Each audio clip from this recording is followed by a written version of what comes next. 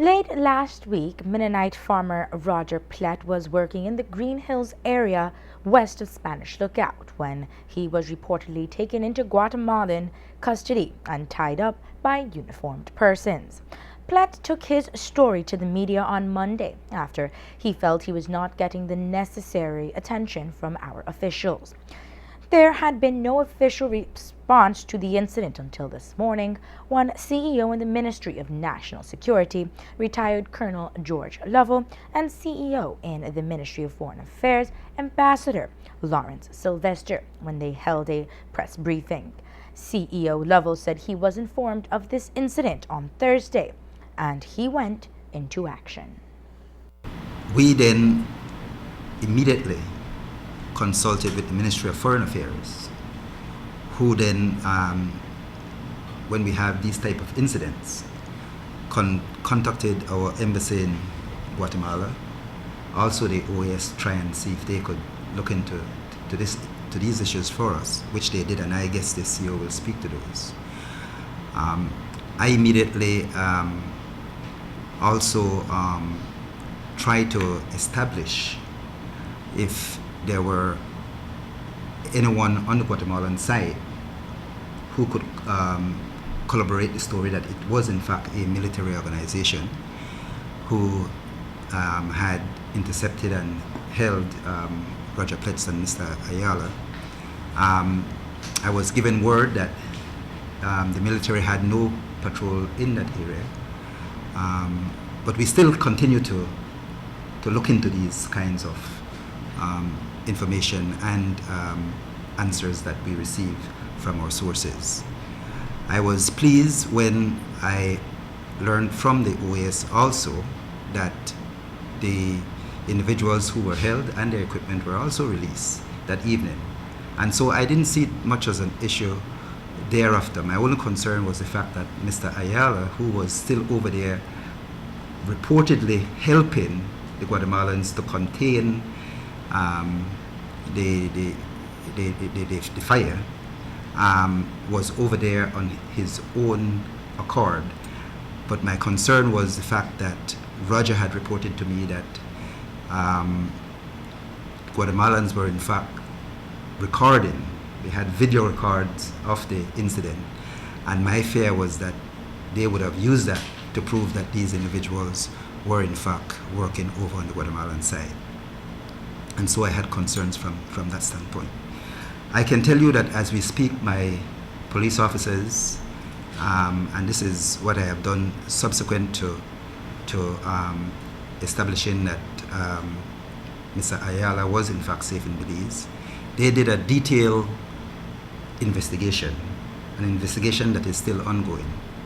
And I had asked that they go on the ground along with Raja and Mr. Ayala and try to walk over the ground and confirm what happened and where it occurred. I was told that that was done on the 13th, the day after the incident, and that the police, as a result of that encounter and those interviews that they had with Raja and Mr. Ayala, decided that they were going to do further investigation, which is still ongoing. And while CEO Lovell said police had been on the ground, Plett had disputed that, as he told the media that the police refused to go to that area where the incident occurred, citing that the sensitivity of that situation. CEO Lovell has committed to investigate the allegation. As he said, he was assured that the team would be taken to the area. When Mr. Plett spoke to me and we concluded our conversation, I said to him that, are you prepared to take a team into the area and show them precisely where this occurred? And he said yes. I said, can you do that tomorrow? And he said yes.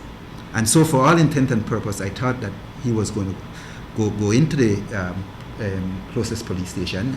What we had tried to arrange, or what I was trying to arrange, was for us to do that verification that debriefing that Mr. Guerra was tasked to do, which was all arranged. So that was on. Mr. Plett had given me his assurance that he was quite open to take the Belize team in there and to show them precisely what happened and where it occurred. So for us then to reach a point where I am now understanding that that was not done. Yes, baby. For me, this is one of the first things that we need to do. And we need to do this because it is the official investigating team's report that this ministry and the Ministry of Foreign Affairs will have to go by.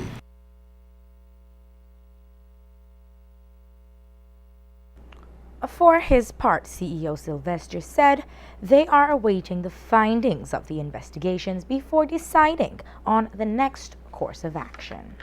The government of Belize yesterday, the 17th of May, requested of the Office of the Organization of American States in the Adjacency Zone a formal verification into the incident reported by the Pletts, which allegedly occurred in the Green Hill area of the Yalbak of the Kaya district. We are aware, the Ministry of Foreign Affairs is aware of an ongoing police investigation into the matter, and we await the outcome and the findings of both parallel processes. The next actions, or what appropriate action the Ministry of Foreign Affairs and the government of Belize will do will be dependent on the findings to be reported by the OAS and the police. CEO Sylvester said he had asked for a prompt debriefing on the incident. However, according to him, the men did not comply with the request in a timely manner. I found that the individuals were rather elusive in making themselves available for this debriefing. And it wasn't until it was after close of normal business on Friday that some type of debriefing or statement that they made themselves available to give a statement to the San Ignacio police station.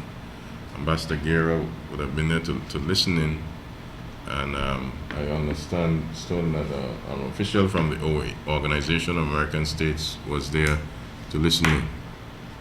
So as far as we were concerned, the necessary processes to ascertain the facts were being